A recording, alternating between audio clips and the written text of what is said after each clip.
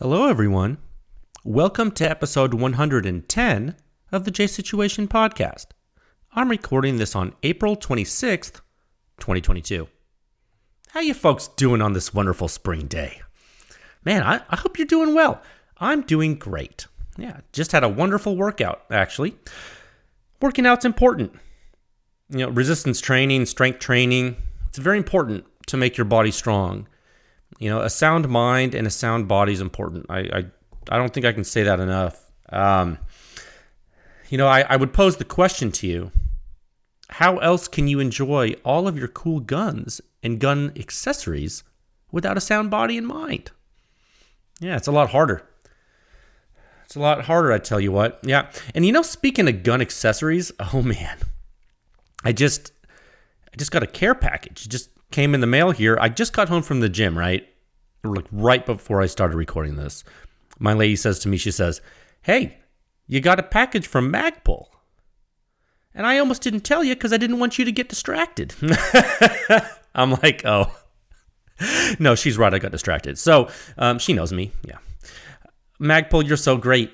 Powerful Magpul. They know I am in full MP5 mode right now. And so they sent me all of their MP5 stuff that they're making. Yeah, they sent me a grip frame and a selector and hand guards for the full-size MP5 and the K, the SP5 and the SP5K PDW respectively. Yeah, I know, Hughes Amendment, all that good stuff. So they sent me that stuff. They sent me some Magpuls. The actual reason Magpul is called Magpul. The thing that goes on the end of the mags to pull them out of the guns. I don't know, some of you don't remember that. That's kind of how Magpul started, right?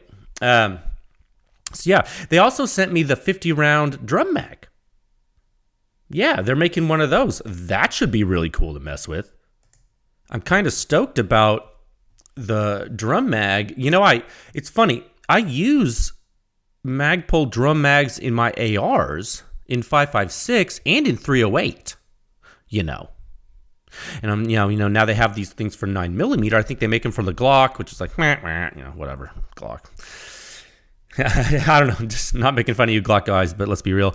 They make them for that, but they also make them for the MP5 now.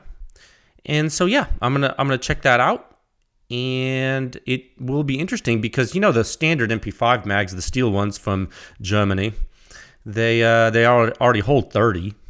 So you get an extra 20 rounds. That's a pretty good extra. Yeah. So thanks, Magpul. And Will, if you're listening, you are a gentleman and a scholar. Yeah. Guys, Magpul has done a lot of great things for the industry. It's like, yeah, they make mags. That's true. But they've done a lot of great things. They're a good company with good people. So powerful Magpul. That's great. And you know who else is good? The sponsor of this podcast. That's who. That's right. Because the J Situation Podcast is proudly sponsored by Silencer Shop.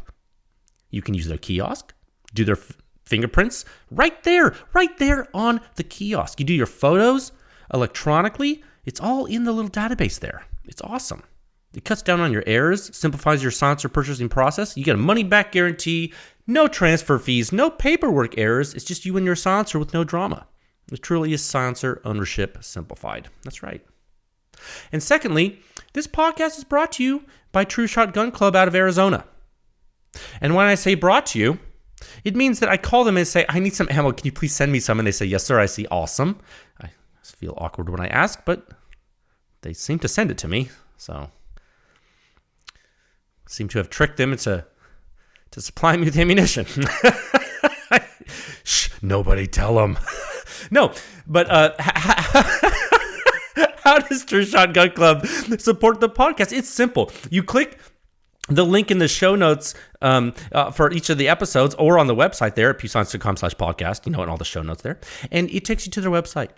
If you buy ammo using that link, it helps the podcast. It helps PEW Science. That's right. And if you want to join their club, they got a club, their A-Zone membership, and you can get free shipping on your ammo all year long when you join the club. You want to join that club for cheaper? Use code word PEW Science and get $20 off that membership. That's right. You win, they win. You help the podcast, everybody wins. See how much winning's going on? It's a lot of winning. Now, lastly, most importantly, this podcast is sponsored by PEW Science. That's right, pushing the silencer industry forward, one test at a time. Visit pewscience.com for the suppression rating, the simplest and the most accurate hearing safe ratings for your suppressed small arms based on true human sound perception, true inner ear response to the human ear from the entire gunshot. The entire gunshot, when the crickets are chirping and nothing's happening, all the way until all the gas is out of the silencer and the sound's done. How do you know that's true? Look at the website. All the waveforms are shown. That's right. Only where in the world you're going to see that. And that's how we get the suppression rating. It's in section 5 of the silencer sound standard. The standard walks you through gunshot noise, sort of like Wikipedia, but let's be honest, it's way cooler because it's about silencer sound. There are 7 parts. They're all on pewscience.com for you to read. And if you haven't seen it, that's okay. It can be overwhelming. Skip directly to section 5. That's where suppression rating is explained. It lets you know how silencers stack up in comparison to one another with regard to sound at the muzzle and at the shooter's ear, and gives you a hearing safe dose limit for the particular platforms on which they're tested. That's right. Directly tied to inner ear response and postulated inner ear damage. If the rating is higher, it's probably going to sound better to you and be less damaging to your ears. If it's lower, it's going to sound louder or more harsh, and it's going to hurt your ears more. When I say it's meaningful data, it's because it's meaningful. I'm telling you. That's all there is to it. It's simple. You're not going to find this information anywhere else in the world. The 6th section of the standard goes ham. Okay, that's all the reviews. And if you don't want to look at them and say, Jay, frankly, you're scaring me. Not only with the way you're talking on this pre-workout because you just got home from the gym and you're a little bit riled up, but also you scare me with all the writing you do because frankly, it's a little bit complicated. No problem. You get too scared, pop smoke, head over to section 7. That's the ranking section. That's right. It contains a simple database tool. It's a table. You can sort it and filter it to your heart's content. You can view the suppression ratings of all the publicly released test data. There's links today. There are links to the individual reviews in the database, so it'll take you back to section 6 when you find something you like. Man, this pre-workout is, look, guys, I mean, you gotta wonder sometimes. You see these movie stars on this cocaine. You say how do they function?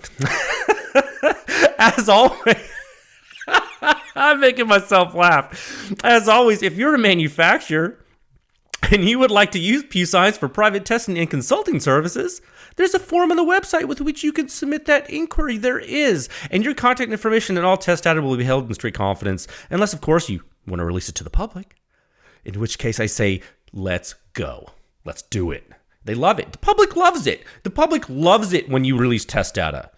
What more could they want? They're like, oh my God, these silencer manufacturers are letting us see their R&D on pewscience.com for all the world to see. They must be on the up and up. And say, yes, friends, they are. That's right. You can support this podcast yourself, personally.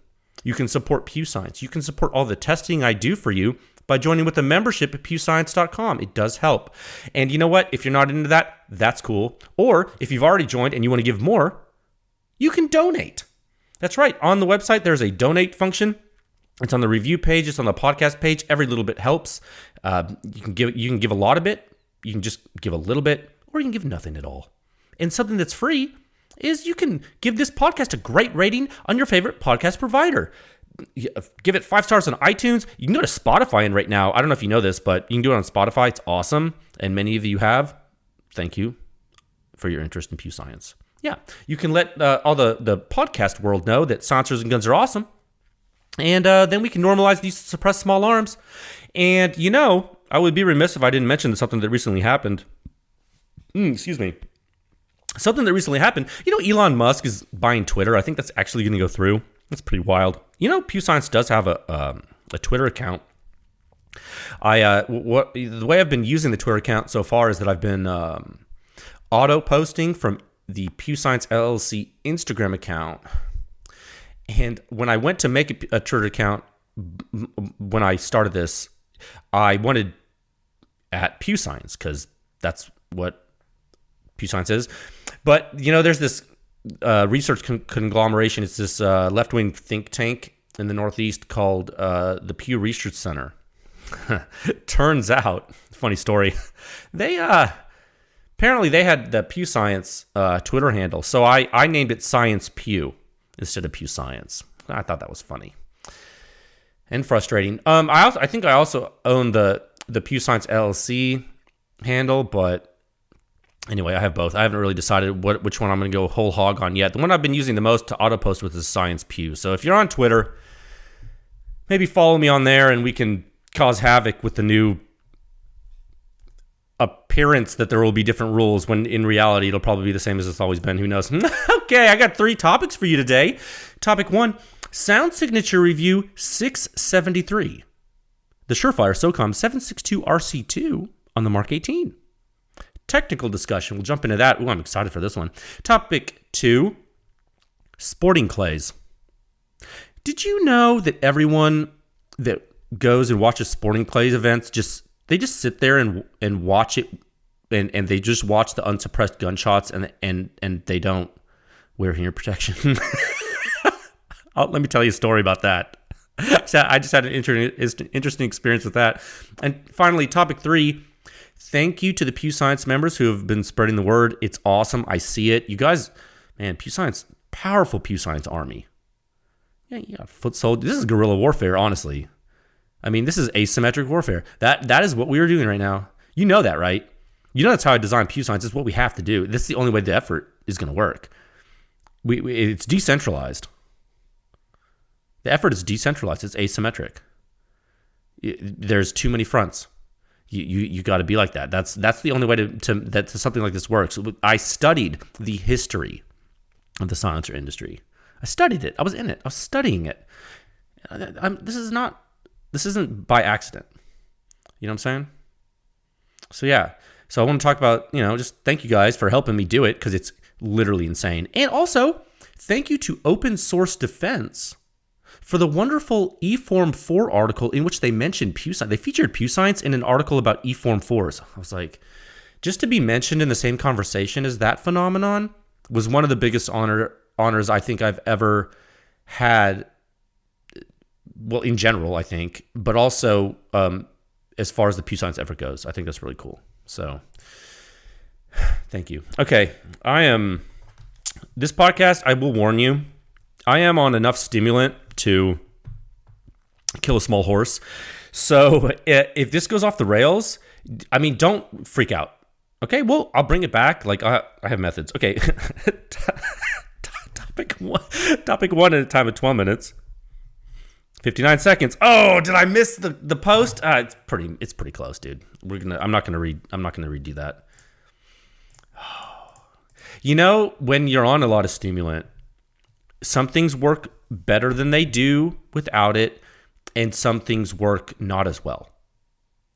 And I think part of that is like keeping one foot in reality as you go off the deep end. You need like a lifeline. That's one way to look at it. It's not a drug. Sound Signature Review 673, the Surefire SOCOM762-RC2 on the MK18. Technical discussion. You want to talk about the RC2 variant again? You want to, what is this, the Surefire podcast? No, I think folks might get sick of me speaking about Surefire silencers eventually. But today, you will need to endure it again. It is inevitable. Now, before I start this off, I want to give you a pretty big, general statement.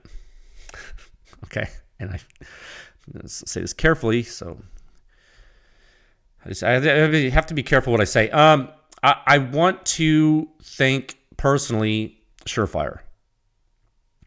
And did Surefire give me a silencer to test? No, they did not. Did Surefire pay me anything? No. No, Surefire has not paid me a dime, actually. Was Surefire upset that I tested their silencer again and again and again and again? No. Actually, the opposite. Surefire continues to interact with me in a positive, professional, and human way. And they do that before and after each review I've done of their silencers, and there's quite a bit of testing on PEWScience.com with Surefire. You can use the ranking section 7 of the Silencer Sound Standard. You can use the table. You can go. Let's do it right now. Oh man, this podcast is gonna go off the rails because I'm getting so distracted. I already get distracted by myself, and now like I'm like whoa, squirrel. All right, let's go to rankings. Boom, boom, boom. Let's do it. Scrolling down.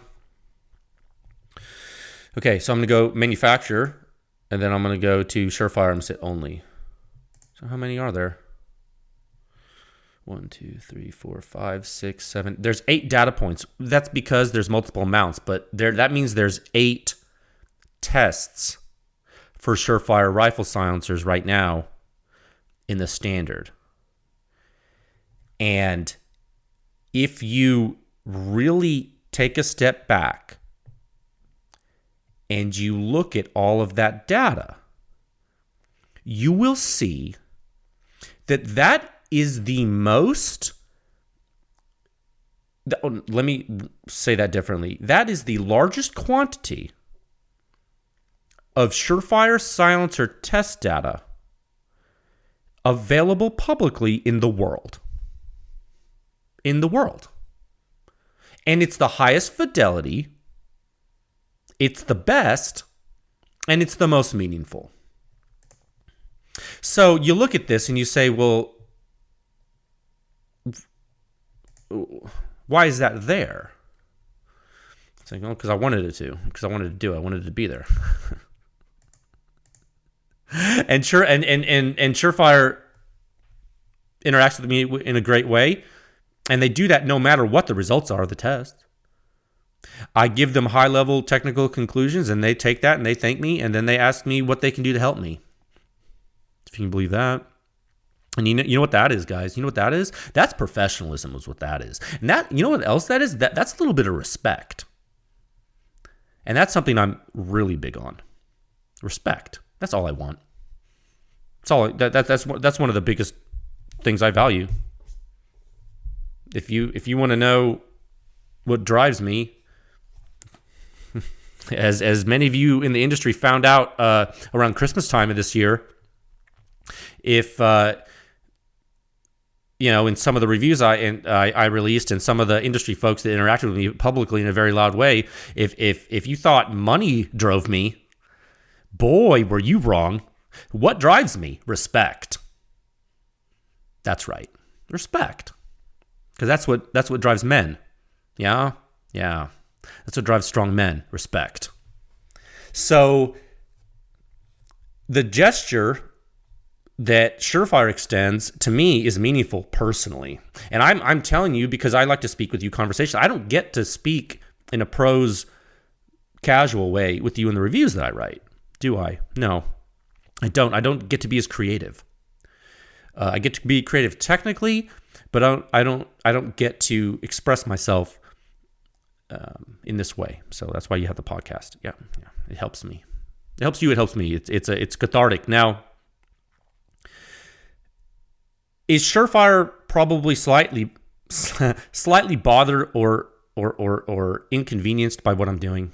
Yeah, I imagine they probably are. I know there are probably dealers, and I know there are dealers right now who can't sell a war comp to save their life. Like, why? Well, maybe not sure. No, it could be that a lot of people don't need war comps, but you know what? Some people do need war comps. It is a viable product for several reasons. So, we can talk about that later, but, just so you don't throw the baby out with the bathwater. But let's get into the review. I just wanted to open up and say, I just wanted to thank Surefire because I think it's important what they're doing. And you know what? They probably aren't even going to listen to this, and that's fine. But it doesn't matter. You know why? Because I feel like I'm extending respect. And it's important for people to see that because I really feel that how you act toward others is important. And that's not only for the gun industry. I feel like that's important in life. So I feel like, I'm helping some people. Maybe I can set a good example too. Maybe people treat people better. if they see me treating them good too. You know what I mean? Like I treat all you folks that listen to this podcast, all you folks that interact with me, I treat you pretty good, I think. And first of all, I'm giving you data you're never going to ever see ever. So there's that. So yeah, let's talk about it. Sound Signature Review 673, Surefire SOCOM762-RC2 on the Mark 18. And it's not the 556 RC2. There's some folks that read a little fast. They gloss over some stuff. They say, oh, it's the Surefire, it's the RC2. I heard the RC2 was cool for the Mark 18. Well, gosh, wait, put the brakes on. This is the 762 RC2, completely different. You can keep that in mind. No, 1 second, excuse me.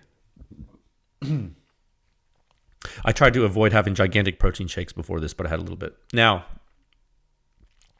Surefire has the 556 RC2 and the 762 RC2.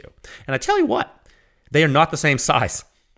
They're not even close to the same size. I was about to start recording, and I got up and I ran to my inventory, and I just picked them up. And you know what's really cool? So I have the 762 RC2 in front of me that I tested. It's the test sample.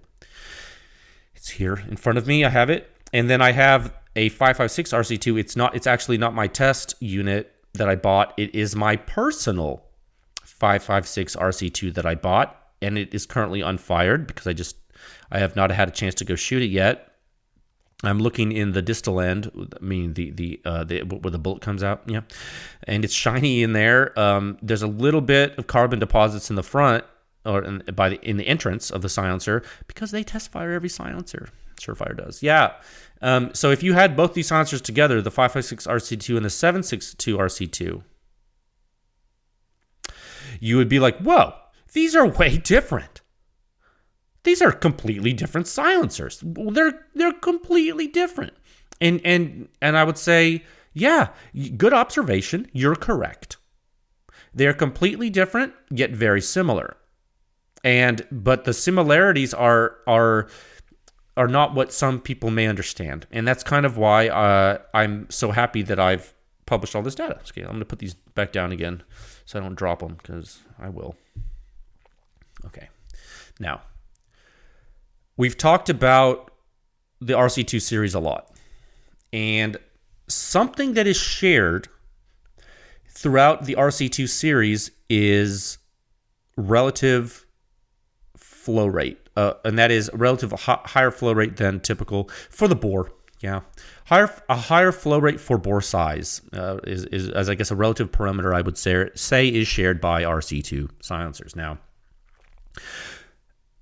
relative to the bore diameters in both the 762 and the 556 RC2, the flow rates are high.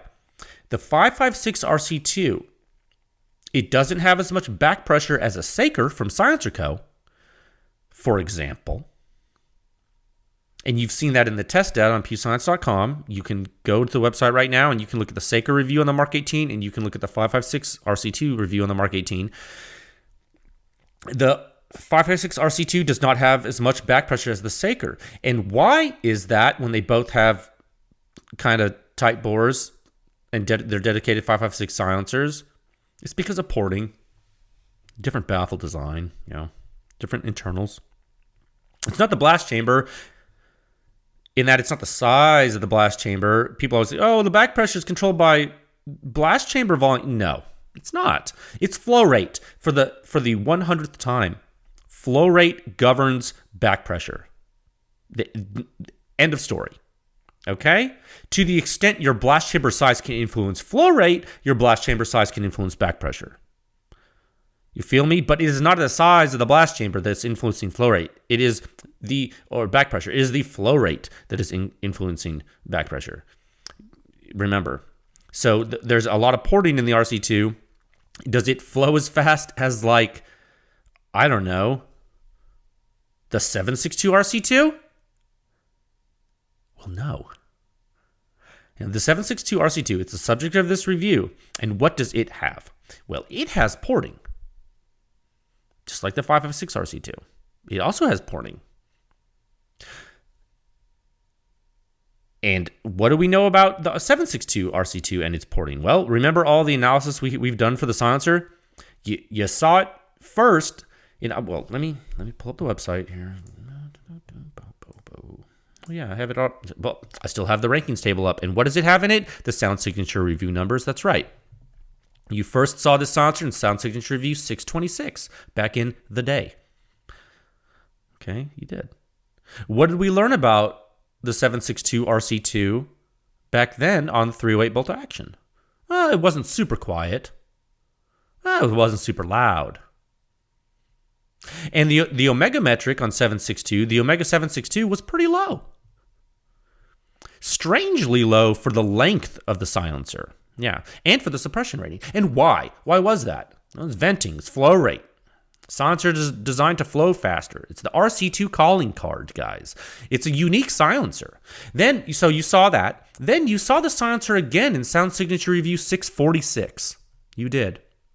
Subsonic 300 blackout. Different world. Not too quiet, though. Why? Flow rate.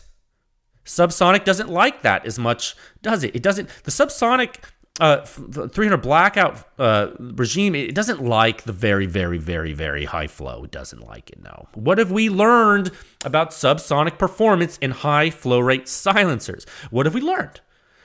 We've learned that subsonic performance typically suffers with high flow rate. OSS, we're looking in your direction, nothing personal, but physics is physics, and you understand that too. So when I cringe when I see people say, well, man, I have this 300 blackout bolt gun subsonic, I'm going to put an OSS silencer on it, it's going to be so quiet. No, it's not. Just like a 762-RC2 is not going to be quiet on subsonic 300 blackout. That's too much gas out too quickly. The flow rate's too high. That's not how you suppress subsonic cartridges. Okay, cool. Now, it'll work. The 762-RC2 it'll work on subsonic 300 blackout. It's a silencer, but it's not optimal. I'm not saying it's not the most terrible thing in the world, but it's definitely not at its potential. Okay, for that in the Surefire form factor like that, you're going to need to go 300 SPS. Okay, why? 300 SPS. It's a lot better. It's dedicated for it. It's a lot better for subsonic 300 blackout. It's purpose built. It's higher back pressure, lower flow rate. So go get you some. If you're a Surefire guy, you want 300 blackout, go get you a 300 SPS. It's probably one of the best 300 blackout silencers you can get. Now, what do we do now in this review? Yeah, what did we do? We took the 762-RC2. We said, okay. People love their 556 RC2 on the Mark 18, seeing as how the 556 RC2 is literally designed for the freaking gun. So what about the 762 RC2? 762 is better than 556, right? It's a bigger number. No. Bigger silencer. No, it's going to be quieter, right? Right? 762 silencers are just as quiet on 556 guns as 556 silencers, right? Wrong.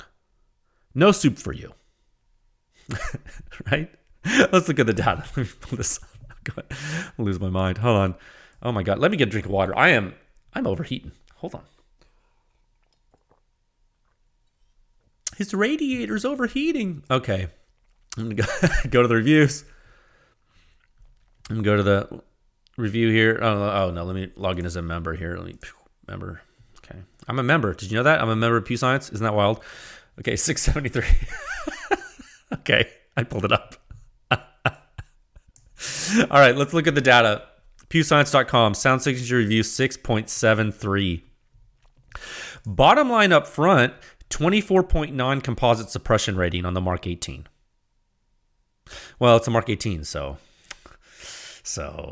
hey, it's like, you ever seen that State Farm insurance commercial where the dude's talking on the phone to the insurance agent guy, and his wife's like, "Who are you talking to?"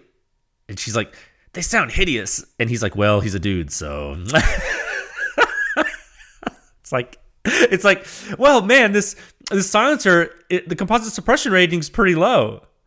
Well, it's a Mark 18, so it's like the same thing. It's like you could even make a meme about it if you weren't so inclined. Now, don't do that, or maybe you should. The Mark 18's loud. Yeah, I tested this silencer with two mounts, and you saw that. Yeah, this is 2 reviews in one. That's a lot of data. 2 tests, 1 article, PEW Science, 24.9 composite suppression rating. But remember, that's only for the 3-prong. That's right, 21.9 at the muzzle with 3-prong. 21.0 at the ear, 21 flat at the ear.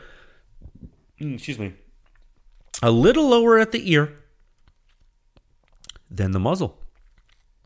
And you guys know that when I say at the muzzle, I mean 1 meter left of the muzzle. And you know when I say muzzle, I mean end cap. Yeah. If you read the Silencer Sound Standard, it's the mill standard location. It's not the make believe measurement location that. And this isn't. I want to make sure before I say this, it doesn't get controversial and someone says, "Oh, he's talking mess about." No, Silencer Co. measures at the wrong place. So if you go watch their videos of their measuring sound, also they're measuring in a room, which is a whole other problem. But they put their microphone back behind the end cap of the silencer. So that's definitely not what you do. So, the sound field completely changes, and it's not the mill standard location. So when I say at the muzzle, I mean 1 meter left of the end cap. When I say at the ear, I mean 6 inches right of the shooter's right ear. That's me. I'm the shooter. So I just want you to understand when I say that. So 21.9 at the muzzle, that is the 1 meter left of the end cap rating. And the 21.0 at the ear, that is the 6 inches right of the shooter's right ear. That is intended to rate the signature at the shooter's location. Now, again, the rating at the ear is a little lower than the muzzle. It's interesting, right? It's interesting why. That's actually a very important thing to see, and it's almost right. It's almost as if the flow rate still matters, and the muzzle signature matters to the shooter's ear. It's weird, right? No, I'm being sarcastic. It's not weird at all. This is expected, and you'll see why as we explain this. And if you haven't read the review, or if you need some help understanding, that's okay. That's why I did the podcast. Now, look at the war comp numbers. 21.7 at the muzzle. Okay, so almost the same as the flash hider. Yeah, almost the same. It's interesting, right? Then 14.4 at the ear. Oh, that's not good. No, that's not good at all. No, sir. That's loud. That's loud shock pressure in your face time. That's what that is. That's right. That's Hearing Damage Town, USA, population U. Yeah, you better be wearing ears for that one, buddy, or you're going to have a bad time. A 14.4 suppression rating at the ear is a bad time. That's a bad time. It's not a good time. Now, that's a lot of numbers. I just realized I give you a composite rating for the flash hider, and which, by the way, I must have put it in the review. The composite rating with the war comp drops to 22.8. That's largely driven by the maintenance of the far field, the muzzle, but the ear drops significantly. Now, that's a lot of numbers. Let's dig deeper, because so far I'm not impressed. This is disappointing, and frankly, I'm a little upset. I understand. You shouldn't. You necessarily. Well, no. You shouldn't be impressed. Why would you be? It's not. The silencer's not designed for that. But let's talk about it. Okay. Let's scroll down. All I've done so far is gone over the first graphic in the review at the top of the page with color. That's literally all I've talked about. Okay. So we're going to scroll down. I'm going to scroll down past all this text that you probably haven't read. It's fine. Scroll down past the suppression rating graphic, probably the most important, the graphic on PEWScience.com, the scale, and tells you what it means. Scroll down, then there's table 1. You can see the pressures and impulses, good stuff. Okay, now go to figure 1. Yeah? Fingerprint. Figure 1A, figure 1B. That's right. Incredibly fast blowdown. How do we know that? We see it in figure 1A. Let me back up. Sorry, I realize I'm a little hyper today. Blowdown. What is blowdown? It's the vent time. Okay, when it's a dynamic pressure vessel, you're pressurizing this, and then after it's like this. Let me use an onomatopoeia. That's what it sounds when you shoot a suppressed rifle. It's a. You know that decrease of.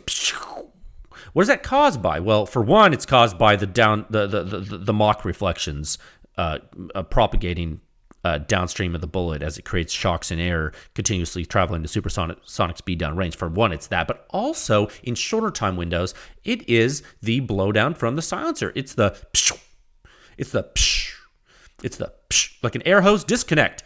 Honestly, because that's honestly what's going on. It's high pressure at first, then it's venting out an orifice to atmosphere, to atmospheric pressure. That's right. Oh, and just so you know, the pressure that I'm giving you there, that's gauge pressure, obviously. Like, so okay. Now, okay. I just got lost. Oh, right, fingerprint.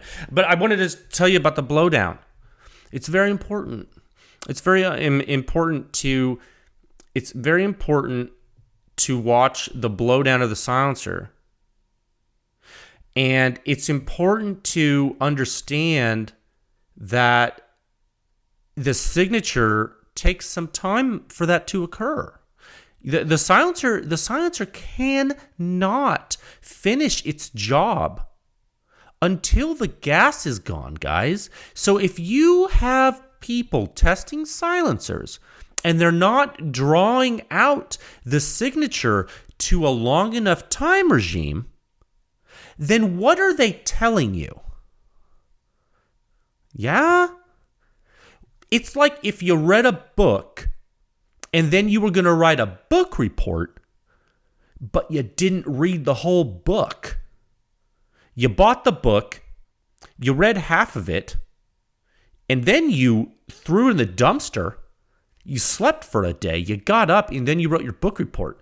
You get to the class, you write the book report, you give it to the teacher says, well, you had me in the first half. What happened? Your report kind of sucked after the first half. Why? Like, well, I didn't read it. I figured like all the most important stuff was at the beginning. The teacher would look at you like, does this guy need to ride the short bus to my class? Like, what's going on, right? So, you feel me? So I hope that analogy didn't go too deep, but you feel me, right? So we look at the whole thing. Now, well, I mean, where else are you going to get that? Well, apparently nowhere. I mean, it's been 2 years of me doing this, and still no one's done it, so that's weird. It's almost like no one reads it or something. Like, it's right here. It's public. It's right there. So sometimes I feel like I'm taking crazy pills. Now, someday, you know what? I'm a little cynical, but at the same time, I think someday people will do it too. Now, we're setting the standard, though. You see, that's what it's the Silencer Sound standard. It's in the name. You got to set the standard, and people will follow. You got to be a leader. Being a leader is important in life. Now, look at Figure 1B. I took all the three shots in the beginning. I took them to task. Yeah, zoomed in. I wanted you to see the phenomenology up close. This is because it's very interesting. The silencer in general is, and in this review, it's particularly interesting. We actually learned quite a bit from this test. Check out the shocks. Ooh, some clean shocks, baby. Yeah, they are clean. Why? Why are they so clean? Oh no, baby, what is you doing? Why are you shocking so much? You're shocking because it's Flowtown, USA. It's high flow. Yeah, that's right. The 762-RC2 behavior, if we ever saw it. And the Mark 18 is blasting out of that silencer. It's hard in the paint. It's going hard in the paint. And that's not quiet, what you're seeing there. And we're not talking, you notice how I'm not talking about decibel numbers? Why would I? Why would I even talk about, you have no feel for that. It doesn't matter. Look at the shape of the waveforms. Look at the figures. It's not quiet. That's major shock time. And yet, with all of that shock, you can still see the FRP. That's right, the big old FRP in that figure. And then check out Figure 2, scroll down. Figure 2, shot 1, absolutely dominating the other shots in impulse space. Dominating hardcore, frankly. That's right. This silencer is totally not optimized for this gun at all, dude. This silencer is like, it's like a fish out of water. It's not the same sport as the 5.56 RC2, is it? Do you remember? You want to go back and look? Let's go back and look. Okay, let's go. Okay, scroll up. I know I referenced the in this one. Yeah, I have a link right here. Boom. Open link in new tab. Boom. Okay, cool. Now I have another tab open with Sound Solutions Review 652, the 5.56 RC2 on the Mark 18. Now, If you scroll down to figure 1B and 2B in Sound Signature Review 652, look and see it. Look. Way less FRP in pressure and impulse space. Weird, right? Some weight. It's completely different. It's almost as if the 556 RC2 was designed for the Mark 18. And the 762 RC2 wasn't. Weird, right? To have an optimized silencer and host combination. Weird. It's almost as if that's what you're supposed to do with silencers. Now, back to the 762 RC2 review. Don't you love this extreme context? Like, just take a step back. Let me get a drink of water 1 second. Don't you love this extreme context? We have so much data. I mean, think about it. You know everything about these silencers right now. You don't even have to guess. We know more about these silencers than most of the people who work at the companies making the silencers. That's how awesome this is. Okay, let's keep going. One thing about the 762 RC2, and this is a thing that I shared with Surefire personally, actually, and I shared this with some of there's some of the guys. I actually also shared it with the guy who test fires all their silencers. I shared this with him too. Had a long conversation. Good dude, actually. Shout out, sir, if you're listening to this podcast. You're a gentleman and a scholar. Did you know that Surefire is putting rounds through their silencers before you get them? All of them. They're test firing all of their silencers. Yeah, that's wild, right? Yeah, at least the RC2s, the rifle silencers. It's wild. Think about that. How many silencers do you think they sell? Yeah, so think about what that takes. Now, also, industry secret for you. Spoiler alert. Am I going to get in trouble for saying this? Probably not. You know those gun manufacturers that ship targets with guns sometimes and show you they test fired it? You know, folks have just put all those targets in a stack and shot a gun through the stack and taken the targets and put them in random boxes. You ever seen people do that? I'm not saying everyone does that. I'm just saying it happens. How would you know if you're the consumer? How would you know? Right? Like, how would you know? How would you know if someone just took a stack of targets and shot around through them all and then pulled one off the top and put it in a box and pulled one off the top and put it in the box? Oh, there's your target. We shot it for accuracy. It's wild to think about things like that, right? I'm not saying this has anything to do with Surefire. I'm just saying, isn't it funny how, like, consumers in general, including me, take things for granted? Like, oh my gosh, I just bought this gun and it comes with a test target. Wow, they really care about me. Some of them probably do. You know? I bet there's some manufacturers that go ham. But there's probably levels to this. You feel me? Isn't that interesting? I think about that sometimes. Yeah, anyway, so I was talking to the test fire guy, Surefire, about this data, and I was talking to some other people at Surefire about it. And one of the main things I was talking with them about was the consistency of the 762 RC2. Even though this silencer is super overboard for 5.56 on the Mark 18, the waveforms are really, really consistent. And that's something we notice. We notice it with this silencer over and over again. We keep noticing it. And it's something that I've noticed with all Surefire silencers again and again. And I was telling them, I bet the consistency that we see in the waveforms is also apparent in the accuracy. And I don't know if that's true all the time. I don't know that, you know what I mean? But I was like, I wonder if that's related. I know they have to pass a lot of requirements regarding accuracy, and they do pass them. They do. So that's cool. I think their mount's repeatable when you put it on there. I know we all know there's some issues with the mounts. They're not perfect, but I do know it's repeatable. So I thought that was interesting. And that's some of the conversations I had with Surefire was about the consistency of the data. I mean, obviously, it's up to me too, right? I have to test it correctly to see consistent. Isn't that interesting? People are like, oh, well, Jay just he's blah blah blah. It's like, no. Look how good the data is, dude. Like, if I wasn't doing this right, you'd know. Come on, man. It's all there. I publish it not necessarily because I have to, but because I want to. Because I want to show you what it, and the more people that look at this and understand what it takes to do something like this, the more you look at those impulse waveforms and you're like, oh my God, I can't believe we have this data. And I'm like, I know, I can't either. And look how consistent it is. I mean, look at it. Click on figure 2B and make it bigger. And look at shot 2 and shot 3. Tell me that's not insane. Okay, cool. So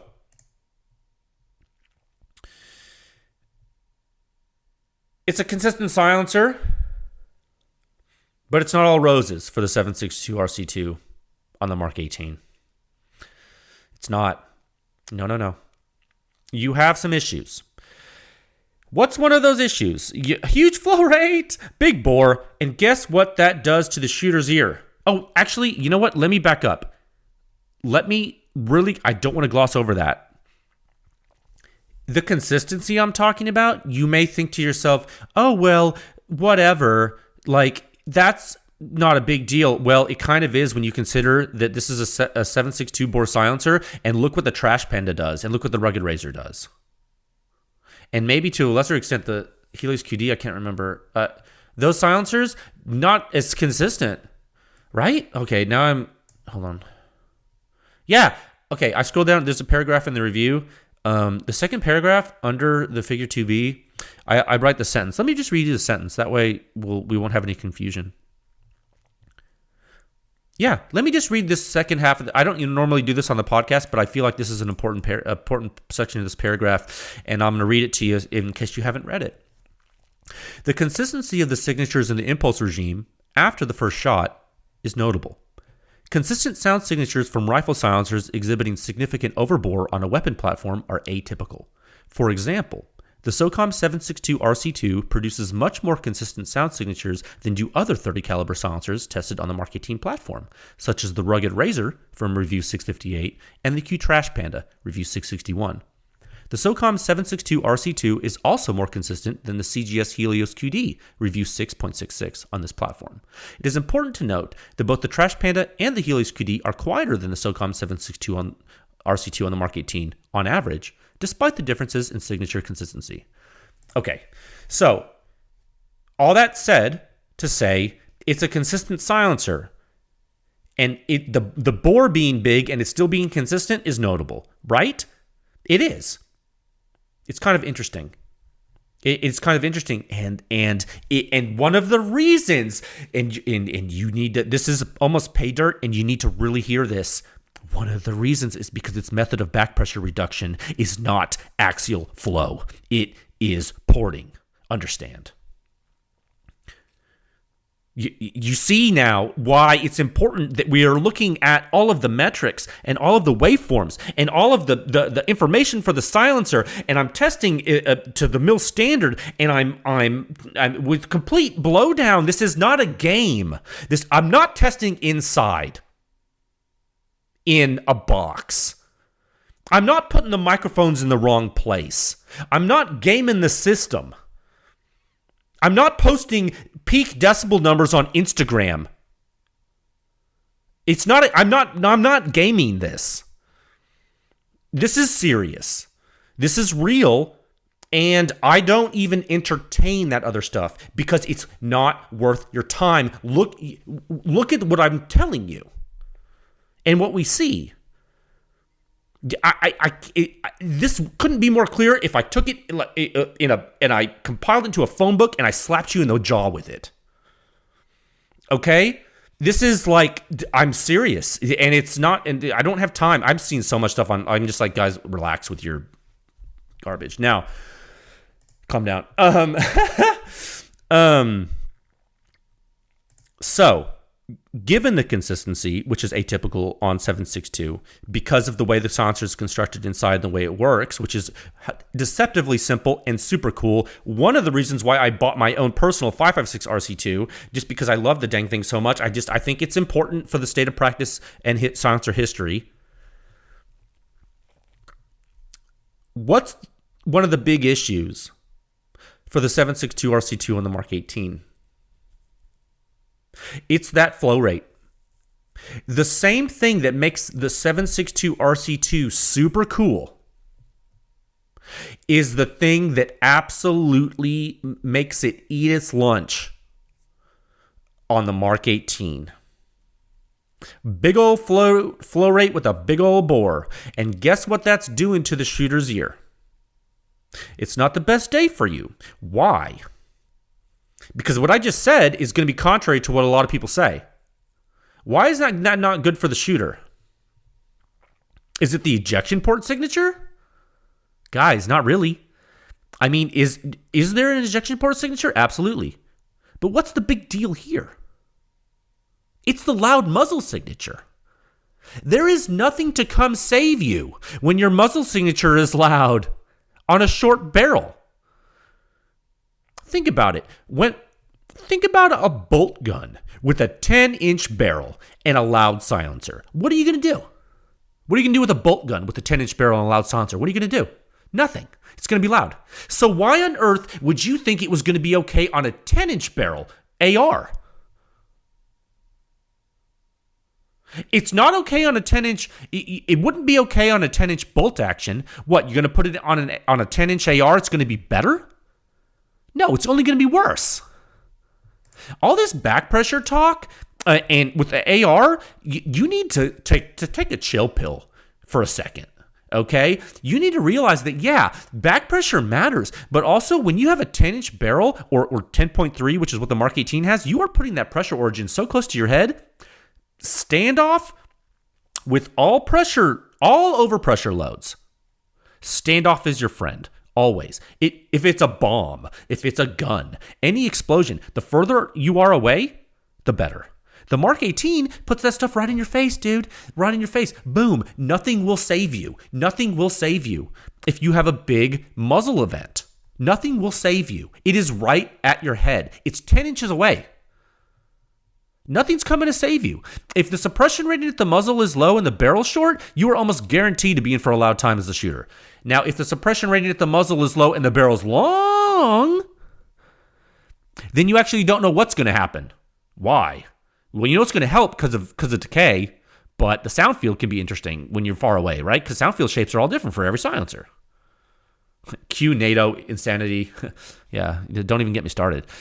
So some silencers with poor muzzle suppression ratings can do okay at the ear when the barrel gets long. Remember the bolt action testing? While some people got really, really upset, especially some silencer manufacturers that do their own testing, they got really upset at me because I was doing real analysis, and turns out the sound field actually matters. Yeah, that's right. It depends on the silencer. There are so many duration components going on, you really don't know until you test it. It's that complicated. It's actually one of the reasons why testing for silencers is probably paramount. You can do a lot of analytics, and there are very they're very advanced modeling techniques, but I tell you what, testing really does well. And now, if you're a PEW Science member, take a look at the member ear data. I need you to see. I need you to look at. It's not great. No, it's not. Now, folks. Okay, let me get a drink of water. 1 second. How are we doing on time? First of all, let me move this window. Where's my guy? 53 minutes. Oh, okay, that's excessive, and I'm not even. Oh, we just haven't even talked about the work comp yet. Oh, this is gonna be one of those long podcasts, isn't it? I'll only put three topics in it. Okay. Now, there are 2 tests in the article, and I went a little ham. War comp. Now, you want to talk about the war comp? For hopefully the last time, even though this probably won't be the last time because people are asking for the 300 SPS data on the Mark 18, and I tested that with the war comp too, so God help us. I swear the war comp can't breathe. We've been punched in the stomach. Okay, war comp data. Guys, table 2. Sound signature review 673, table 2. Section 6.73.2. War comp data. Pressures at the ear getting high for the members. You see that, you're like, members are like, That doesn't seem. Jay? What happened? I don't. I know that the single peak isn't everything, but how come? How come it's so? Jay. No, friends. In this case, it's certainly not good, and there's a reason for that. The phenomenology is very unique, actually. This is when you know you're going to have a bad time. You're gonna have a bad time. Now let's look at the muzzle signature. Everyone can look at that. You know that the muzzle signature, the 1 meter left of the end cap there. You know that impacts your head too. It's gonna come. It's coming for you. Anything bad happening there is going to give some foreshadowing of what's happening at your head. And I can tell you right now, this mount is leaking like a fire hose of noise, baby. It's a high-pressure gas leak. War comp, look at it. Look at it, Figure 5B. Figure 5B, what's that? Why does that look so incredibly different than the waveforms in Figure 1B? Why? It's the same silencer. It's the same gun. It's the same ammo. Look at it. What on earth's going on? Don't look at the peak dB. Forget about the peak dB. Look at the shape. What's happening? Why are there more peaks? Why are there more peaks in the beginning? Why are they shaped like that? We had shocks before. They're clean. The rise time was so quick coming out of the end cap, right? Now what do we have? What do we have now? We have precursor shocks with rise time is what we have. What does that mean? We have a leak. We have a major leak. That's what that means. You get leak, huge jet and gas leak, multiple leaks, multiple jets, different stages of gas flow, actually, all loud. That's right, super loud time, USA, population U, war comp on a Mark 18. Now look at the impulse. This is where it gets dastardly, horrible. And I just talked up the silencer, didn't I? Oh, it's so consistent. It's such a consistent silencer. I talked it up just not 5 minutes ago, or 10 minutes ago, or however long I've been rambling. Didn't I? Yeah. Look at the impulse. Figure 6A and 6B. Where did our consistency go? Where'd it go? Remember, go back to basics. What is consistency in waveforms? What does consistency mean? Flow consistency, gas flow, jetting. Not anymore. Nah, son. Erratic. Completely different. Why? Why is it different? It's a leak. We got a leak. Silencer can't function right. Remember toward the end of Terminator 2?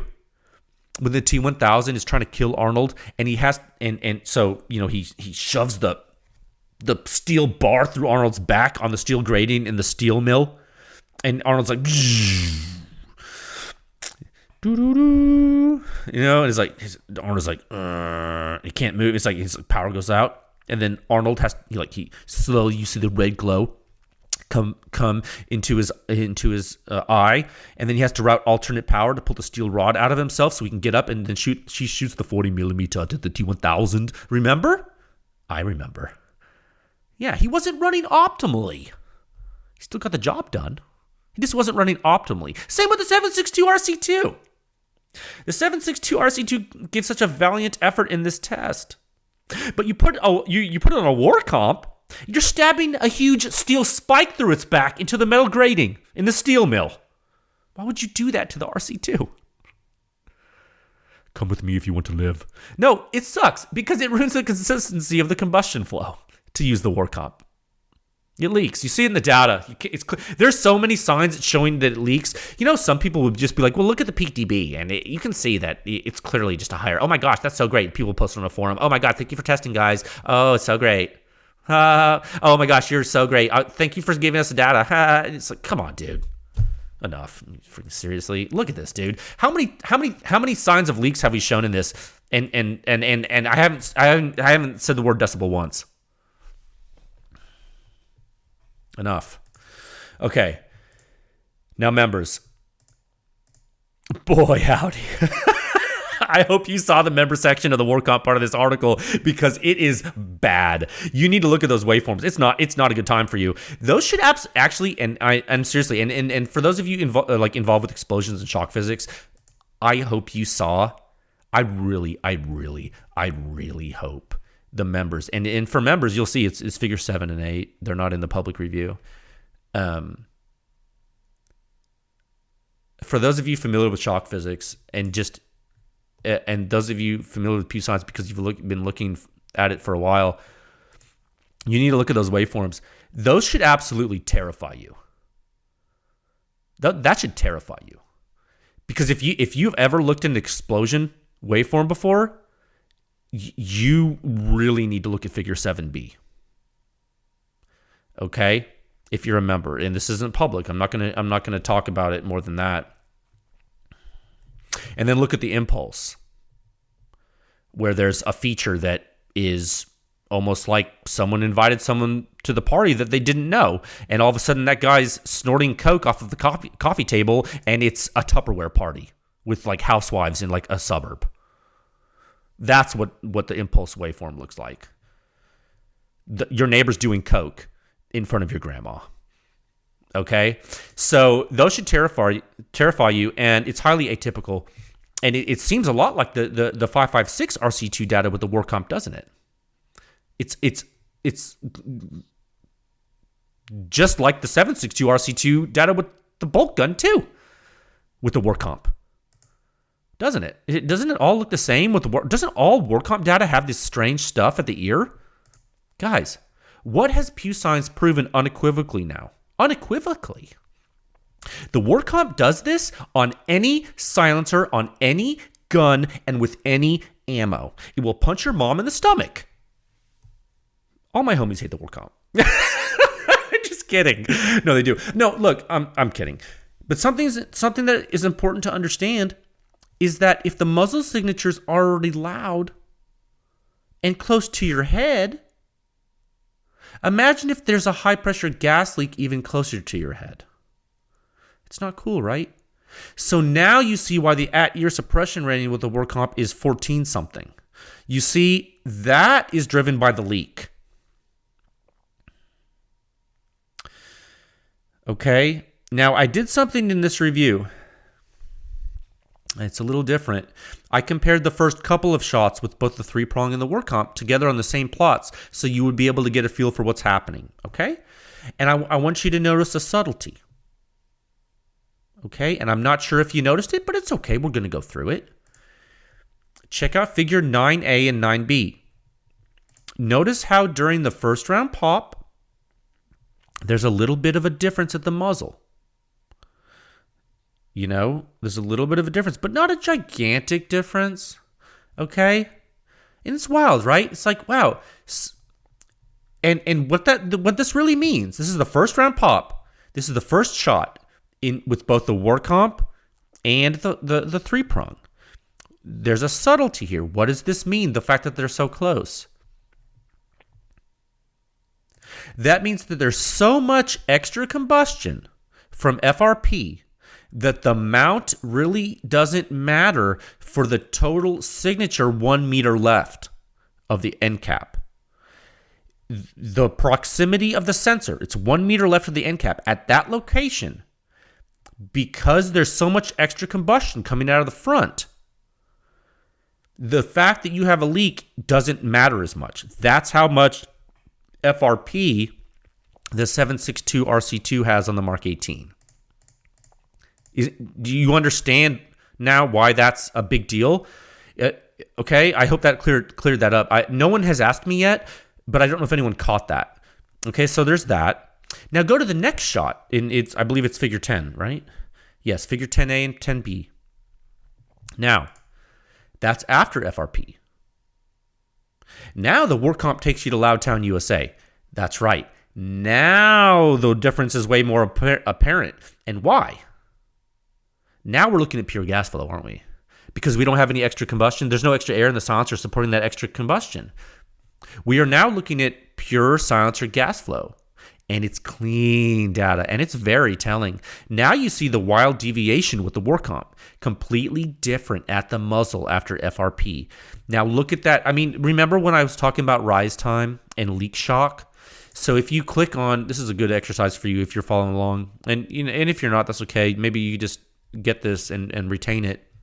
If you look at figure 10A and you click to make it bigger, I've labeled like the mount leaks, and you can see how in the red curve, which is the war comp, you see that rise time to all the peaks where like you see the bullet exit shock with the initial muzzle jet of the 3-prong. You see how the rise time of the pressure pulse in figure 10A, the black curve, is like way more steep, and you see how the shape of the peaks on the red curve with the war comp, you see how they're more of a slightly, it's subtle, but there's a slightly more gradual slope. That's because those have leak components in it. So you're leak jetting. So it's not as clean a shock, but it's still intense. Isn't that wild that you can see that? That's the power of PewSoft. That's the power of PEW Science. That's the power of real analysis and real testing. Okay, like that's why I don't get in internet arguments anymore. I don't even acknowledge the stuff they say now, because I've shown my data. My data talks. That's what it does. And it's right there. And it's been there for 2 years. So there it is. I mean, it's right there. That's in the public review. That's not a member graph. You can download that and look at it. You can sleep with that under your pillow. You can sleep with it under your pillow. It's still there. I'm not taking it down. I don't take my stuff down. I'm confident. You see, that's very telling. That's an important plot. Because that, you know what this shows? You know what figure 10A shows, guys? That shows the power of what we're doing. Absolute, unequivocal, it's just this, the conclusions are there. That's it. It couldn't be any more clear. I mean, you have rise time differences in the shocks, guys.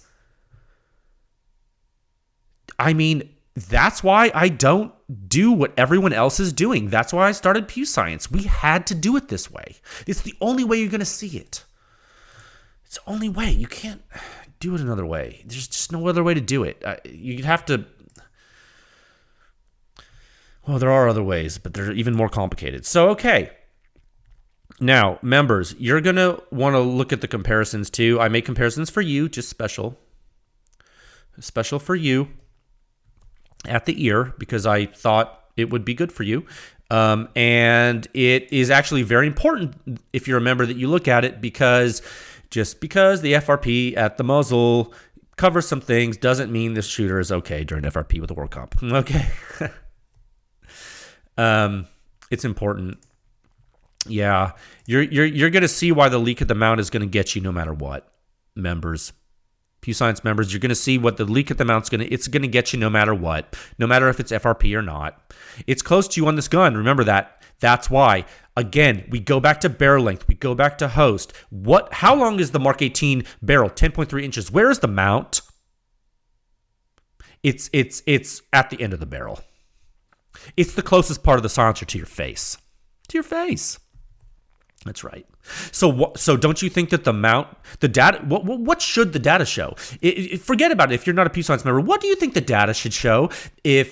Okay, you see 1 meter left of the end cap, it's not a huge difference in impulse and pressure, not a huge difference. Okay, so what do you expect to happen given the suppression rating and the other waveforms? What do you think should happen at your face? Should it be different because it's closer to your head? Yes. You can just answer that question with a yes. Why? Exponential decay of pressure. When you're closer, the decay's not as much. That's just physics. It's not. There's no way to fake it. There's no way to fake this. I promise. I mean, for those of you who understand like testing and waveforms, like if you seriously, there is no way. Like I couldn't. If I tried, and if I tried to fake it, it would take me so much time. I would just spend all day faking things, and I don't even know how. Like it'd be insane. And that's why I give you the level of stuff I give you, because the fact that it is even there shows that it's real. It's like you can't. There's too much. The evidence is overwhelming. The preponderance. Don't attorneys use that word? The preponderance of evidence is overwhelming. It is, yeah. But yeah, I hope members see those. I think it's figure 11 and 12. Those four figures, 11A, 11B, 12A and 12B. Please, if you're a member, please, I implore you, if you are trying to make the decision about hearing risk with a Mark 18 with a silencer, and you're trying to make the decision with regard to hearing risk, with regard to mount type, I implore you, I would encourage you to examine those figures just so you understand the phenomenology. Okay, now I want to say something, and I mean, I've already said enough stuff on this podcast to make people angry, so I'm just going to keep doing it. It's fine. You can't get more angry, really, probably. I already pissed everybody off. I don't understand how anybody who has shot a Mark 18 suppressed with a war comp doesn't know this. Because it happens with the 5.56 RC2 and the 7.62 RC2, and the magnitudes of the events are so severe that you not knowing it would be like the only excuse you have for not knowing that is if you only have ever used a war comp and you've never used a different mount. Then I guess it would be okay to tell people that the war comp's a good mount for this use, for dedicated silencer use. Other than that, if you compared them and if you actually shot both side by side, there's no way. There's no way you don't notice this. It's too extreme, and I'd bet money on that. Not money, but I mean, I bet you. I don't know, give you a beer or something. I mean, I guess if you have like double hearing protection in and you like close your eyes, I feel it on my face when I shoot it. So I guess if you had a mask on too, I don't know. I don't know how you're not feeling this and hearing it and even seeing it on video. You can see the videos of people shooting the war comp. You can see the gas coming out. Everyone, it's funny. Everyone's like talking about that now. Like, oh my gosh, look at the war comp. It's like, you didn't know that before? Weird. I wonder why. So yeah. So now you get it, right? We've talked about the war comp 100 times. So now let's look at how everything compares. Go to figure 13. What is it in 13? Yeah. Figure 13, man, a long article. This figure ended up being figure 13 instead of like figure 7 or something. Yeah. So at the ear, so figure 13 shows all the silencers stacked up. Let me get water. Hold on.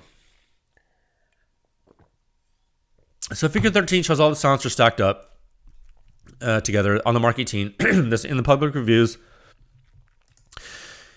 They show at the ear with the 3-prong. The 7.62 RC2 is a little lower than the 5.56 RC2 on the gun. It's almost, what is it? 21 versus 22.2. Okay, so really close. Okay, so it's wild, right? It's almost the same. Why at the ear would the two be the same? And this is a very good thing. I don't want you guys to think that's... I know this. I know that someone is going to get this wrong. And I don't want that to happen because it's going to blow it all. You're not going to get it. Don't get this part wrong. Why is the at-ear signature of the 7.62 RC2 on the Mark 18 just as loud as the 5.56 RC2 on the Mark 18? It's because of the back pressure of the 5.56 RC2. Because all of the quiet muzzle signature in the world doesn't matter when the host needs less back pressure. So the 7.62 RC2 has way lower back pressure than the 5.56 RC2, doesn't it? So you might be thinking, oh, that's great, Jay, perfect. It's going to get quieter at the ear now. We have less back pressure. We had a lot of back pressure on the Mark 18 with the RC2. I mean, it was less back pressure than the Saker, but we got a lot of back pressure on the Mark 18 with the 5.56 RC2. We're going to move to the 7.62 RC2. We're going to have way lower back pressure. It's perfect. It's going to get quieter at the ear. No soup for you. The muzzle's too loud with the 7.62 RC2. Back pressure's too low. The mechanism by which the back pressure is low is not conducive to quiet. The 7.62 RC2 is not an OSS. It has less of a flow rate than an OSS, and it's louder on the Mark 18. The only thing the 7.62 RC2 does to get its flow rate like that, it has porting like we talked about, and more axial flow. The OSS HXQD 5.56 has a 5.56 bore and a completely different operation, dude. Completely different sport. So despite having significantly lower back pressure than the 5.56 RC2, the 7.62 RC2 is so loud at the muzzle that the benefits of the low back pressure cancel out. Too bad, so sad. But that's why. That's why when you see the at-ear suppression rating, the shooter's ear suppression rating for the 7.62 RC2 with the 3-prong and the 5.56 RC2 with the 3-prong, why they're so similar. Because the low back pressure of the 7.62 RC2 on the gun is canceled out by how loud it is at the muzzle. That's the reality of analyzing the full waveforms, guys. You see what I mean, Jelly Bean? You got to look at the whole waveforms. This is the pay dirt right here. This is why you need. Okay, now listen to this. The 5.56 RC2 is sitting there with an incredible 35.4 suppression rating, 1 meter left of the end cap. Incredible. Incredible. It really is incredible. If only you could improve its shooter's ear signature. Well, you can tune the gun. I'll test that for you eventually, I think. For now, what you need to realize is that you can tune the gun all day, every day for the 7.62 RC2, and you can barely get any benefit. It's loud. It's too loud. The 5.56 RC2 has hope, though, on the gun. You guys are starting to see why sometimes flow rate isn't everything, is it? And why the host matters a lot. Both are true. Both matter. Host matters and flow rate matters. A lot matters. A lot matters. Now, yeah, guys. So, and we've been talking about the future test host with a 16-inch. The Mark 18 is cruel, dude. Why? Is it because it's a dumb rifle? Well, that's not the only reason it's cruel. I'm kidding, Mark 18. No, you are dumb, though. One big reason is that it highlights things in a big way. You have big FRP? Oh, well, we're going to see that easily, aren't we? You have loud muzzle signature? Cool. Not letting you get away with that. Your sound field is so tight due to the size of the gun. You got to be tight butthole with the signature, baby. You got to be tight butthole. You got to be tight. 5.56 RC2 was designed for the gun. OSS silencers, they work differently. They can hang. Stay tuned for that 7.62 OSS though too. You guys need to know something. I'm gonna take you to school on that too. It's gonna be cool. So yeah, Mark 18's breaking hearts. Maybe it's good. Maybe it's bad. But either way, it's happening. And will stuff start to change when we go to a longer barrel? Oh, yeah. You ready? I can actually say you're not ready at all. Trust me. All in all, the 7.62 RC2 is one of my favorite 7.62 silencers. It is. It is one of my favorite 7.62 silencers. Put it on a semi-auto 308. It's really, really neat, dude. It's a great silencer. Good performance, good quality. Great consistency. Looks good. Hold it. Oh, it's all smooth and black. Good heft in your hand. Feels good in your hand. Something about the RC2 series. I love them. I do. Some of my favorite silencers. This 5.56 RC2 right here, unfired by me. Actually, I'm not testing this weekend. What am I doing this weekend? Dude, can I shoot this? I don't know. Maybe. Oh man. I got distracted by the silencer. Sorry, but yeah, put the 7.62 on a semi-auto 308. Do it, man. Put it on a short barrel 5.56. Less than optimal. Yeah, but it is not optimized. Why? It's not optimized for that, dude. A silencer can't do the same thing on all guns, guys. You are the days of universal silencers should have never been forged into the ether or whatever. I don't even know what I'm saying right now. It shouldn't even have been put out there. Universal silence. It's a cost. Universal silencers are a cost-cutting convenience measure based upon artificial market regulation due to the infringement of your inherent human right to self-defense. Okay, and the fact, you know what? I would go so far as to say a universal silencer is anti-gun. Universal silencers are anti-gun and anti-Second Amendment. Because what they do is it forces people into bins. and it's wrong. And it's only brought about because of regulation. Don't let them win by paying them more tax stamps to get more silence. I don't know what I'm saying. Look, I'm trying to make the point. Don't hate me. The point is, the 762-RC2 is really, it's not that it's a jack of all trades, master of none. It's that it's a specialist. People try to make it a jack of all trades, just like they do with every silencer. And it's not the silencer's fault. And that happens with a lot of silencers. And you know what?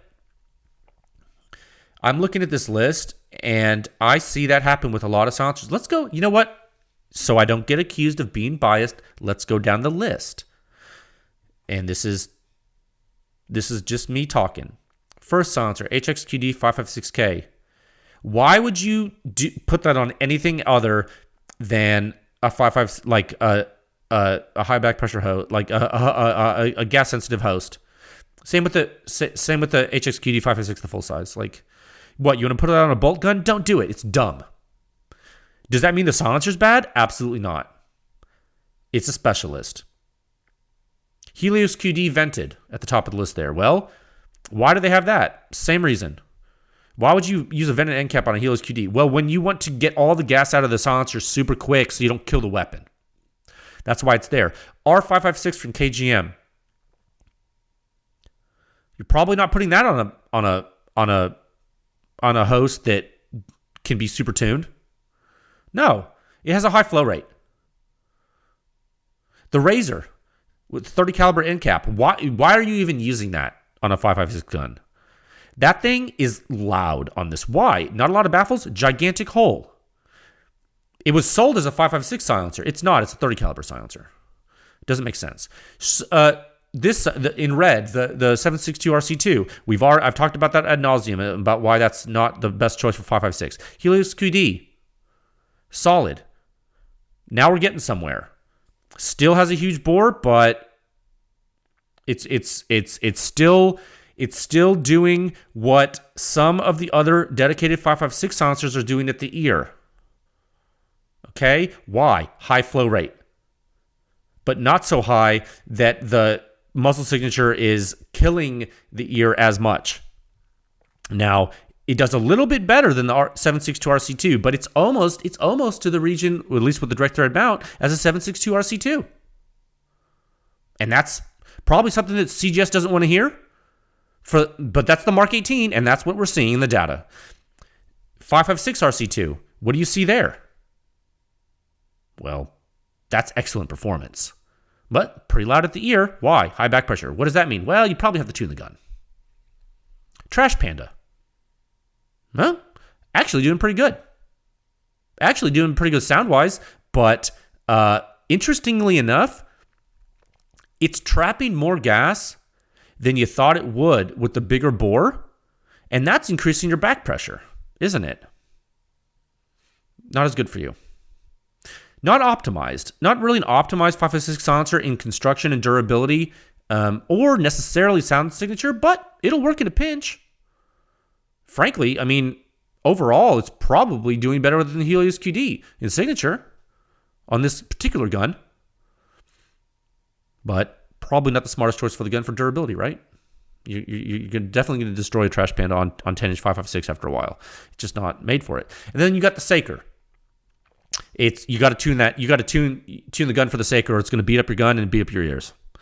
I mean, look at the disparity in muzzle and ear ratings. Okay, and that's not even with a war comp. That's a Saker direct thread. So I just went through all of the silencers on this list in this table in this graph in Figure 13, and I told you why they may or may not be good for this host. And the host sucks. It's a Mark 18, but remember, you all wanted it. But you got to know that silencers are specialists. Like you look at these silencers, the OSSs, they're made for guns like this. The R556, it's made for guns like this. The Razor, no. The 762-RC2, no. The Helios QD, no. The 5.56 RC2, yes. The Trash Panda, no. The Saker, yeah, you got to tune it. Trash Panda is made for a 300 blackout gun. That's really what it's for, I think. If I looked at the design, if I was an honest person looking at it and what I thought its biggest traits were, I'd say Trash Panda is probably a good subsonic 300 blackout silencer. I see the Helios QD. I think it can do a lot. I think it's versatile. I think its performance gets kind of wild depending on what you're putting it on. I think it's really a go to war, never break type of silencer that can do some really wild things when the combustion changes. Maybe not the best choice for the Mark 18. I think the Saker is just sort of like the RC2 in that it's just a 5.56 specialist. It's funny. I think as we look at these more, we get more context with other reviews, you're going to see how some other ones fall into place. But right now, you're seeing how you can really take a fish out of water and drastically influence its performance and possibly the public's opinion of the silencer. And that's what's so dangerous. Okay, so we have to be careful. And I mean, you're testing a silencer on something that it's not meant to be on can give a false impression about that silencer, whether that be testing the OSS silencers on 300 blackout bolt gun subsonic, or testing the Trash Panda on 5.56. It can be unfair in some ways, but at the same time, the same manufacturers that make those silencers advertise and say they do great on those hosts. So, I mean, consumers are hearing that. So, you kind of need to know how they do. And for the state of practice in general too, I think. So, anyway, that's just some those are some personal thoughts I had when I look at that data, and I sort of okay, that's interesting. It's interesting. And, I think a lot of people are going to freak out when we move to longer barrels because some things are going to change a little more than you think. But, we'll see. We'll learn together, as always. Okay? So, I think if you have a 762 RC2, you should just know that it's not optimized for 5.56 SBR, and it's okay. And I hope this data analysis shows you why. And I don't want you to be sad if you have the silencer, because it's a great silencer, okay? Just not for this gun, all right? Now, a lot of people, I will say, and this is the last thing I'm going to say about this. This topic's getting a little long in the tooth. A lot of people contacted me after I published this article and told me I saved them from buying this silencer for 5.56. And that could not have been Surefire telling them to do that, because I know Surefire, and Surefire would never recommend this for a Mark 18, ever. Or a 14.5-inch 5.56 or whatever you're shooting it on. Surefire would never. They're the ones who make the silencer. They're never going to recommend you use this on 5.56. Are they? If they're saying that, you need to tell me, because don't tell me. I don't care. Tell them. Be like, why would you recommend that when your 5.56 RC2 is so much better? Because I couldn't believe how many people said that to me. How many people were like, oh my God, thank you so much. I almost bought this silencer for my 5.56. I was like, oh, really? Why? It's gigantic. And way heavier than the 5.56 RC2, and it's louder. Why would you want that? And they're like, I don't know. Everyone's saying that I should just buy a 30 caliber silencer because it's just as good on 5.56. And I'm like, oh my God, that's not true at all. I'm like, that's not true at all, dude. It couldn't be less true. So a lot of them are like, man, thanks for saving me. I said, I don't think I saved them from anything, but I did give them enough information to make an informed decision about their equipment. And that, my friends, is PEW Science. Okay. Oh, I made it. I can't believe I made it through that. Topic 2 at a time of 1 hour, 28 minutes, and 49 seconds. Boom. Sporting clays. Oh, before I start, can I just take a drink of water again, guys? I'm tired. 1 second. That was a lot. I'm going to take a break here live on the air. That was a lot of talking. I think my pre-workouts, I think the edge is wearing off, which is good, but I'm also getting fatigued and I haven't had full dinner yet, so this is not good, but it's okay. This topic won't be that long. I do thank you for staying with me through that first one. I know that was probably, some people tell me they listen to the podcast on like 1.5 speed or something. I was like, man, if you do, good luck listening to that, because I know I talk fast. Sporting clays. Man, I just watched this event. Everyone just watches it without hearing protection. I don't know if you know this, but shotgun people are wild, dude. These guys are absolutely wild. I was at an event this weekend where top world competitors were shooting sporting clays, right? I was there. When the thrower, it's like you got this thrower, right? And it shoots the clays, and you got a shotgun. And you got to shoot to hit the clays in the air, and everyone's pretty hardcore about it. It's like golf, but with guns, pretty much. Kind of. It's that type of thing. It's high level stuff, like $45,000 shotgun stuff, type of stuff. Like, these people are like, they're sick for it. It's awesome. High rollers. So I'm hanging out, watching people blast these clays, and boy, oh boy, is everyone deaf. Boom, blast, over and over. And I'm sitting there. I'm taking it in my ears. And I look around, and no one's wearing hearing protection. I honestly wish I had set up PewSoft there. I feel like I'm going to do that next time. It would be bad. I could have gathered all that data and written a report and given it to them. I'm not sure what they would have cared. So anyway, have fun, guys. Like, go shooting. Take your family. Take your kids. Do cool stuff. Go hunting. Go shooting. Please wear hearing protection. Like, what? Like, I had a guy reach out to me, bless his heart. And, sir, I hope you're listening to this. You're such a good person. I had this guy reach out to me, and he asked me what the suppression rating was for an unsuppressed 1022, like a Ruger 1022 with 16-inch barrel. It's a semi-auto 22 for those of you who not familiar with it. And he was using subsonic ammo with unsuppressed 1022, 16-inch barrel, like CCI, standard velocity. I told him the suppression rating is not as high as you think it is. Because a lot of people shoot unsuppressed 22 rifles, like, without hearing protection. I don't know if you know this, but like, old school guys will definitely do that. And you might not want to do that a lot without ears on. I'm here to tell you, okay, guys? Like, be careful, please. So take care of your ears. This is just kind of a public service announcement. I experienced this like firsthand this weekend, and I told the guy I was going to say another industry guy, like I'm in an industry or something, but I guess I am. I don't know. That's weird. That's a weird thing to say. I was with a guy that works for an industry company, and I was like, man, I have a podcast topic for next week. He's like, what? I was like, are your ears ringing right now? He's like, dude, isn't that wild? Take care of your ears. It's like, just make sure you can hear your kids when you're older. Topic 3 at a time of 1 hour, 32 minutes, and 36 seconds. Thank you to the PEW Science members who have been spreading the word, man. I really do mean that sincerely. Thank you to Open Source Defense for the wonderful article. That is really cool. Goodness gracious.